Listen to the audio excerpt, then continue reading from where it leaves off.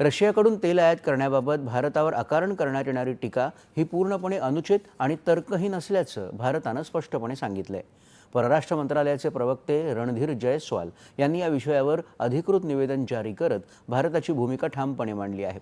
Ukraine संघर्षानंतर इंधन पुरवठ्यासाठी पर्याय म्हणून भारतानं रशियाकडून तेल आयात करायला सुरुवात केली, तेव्हा अमेरिकेनं देखील जागतिक ऊर्जा बाजारातली स्थैर्याकरता या भूमिकेचं स्वागतच केलं होतं, असं त्यांनी सांगितलं। रशियाकडून तेल आयात करण्याच्या मुद्द्यावर टीका करणारे देश स्वतःच रशियाबरोबर मोठ्या प्रमाणावर व्यापार करत असल्याकडे भारतानं लक्ष वेधलंय। युरोपीय महासंघ आणि रशिया यांच्यात फक्त 2024 मधलाच व्यापार 67.5 अब्ज युरो, तसंच 2023 मध्ये सेवा क्षेत्रातला व्यापार 17 अब्ज युरोपेक्षा अधिक होता।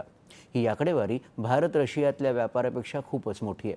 2024 मध्ये युरोपनं LNGच्या रशियातून होणाऱ्या आयातीत नवा उच्चांक गाठला।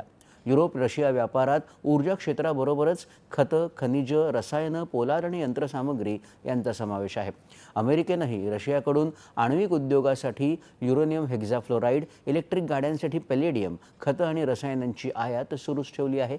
ही सारी पार्श्वभूमी लक्षात घेता भारतावर नाहक टीका करणं अन्यायकारक आणि अनुचित असल्याचं निवेदनात म्हटलं आहे। भारत प्रमुख अर्थव्यवस्थांप्रमाणेच स्वतःच्या राष्ट्रीय हितासाठी आणि आर्थिक सुरक्षेसाठी आवश्यक ती सगळी पावलं उचलेल, असं या निवेदनात स्पष्ट केलं आहे। भारतातल्या ग्राहकांना परवडणारं आणि खात्रीशीर इंधन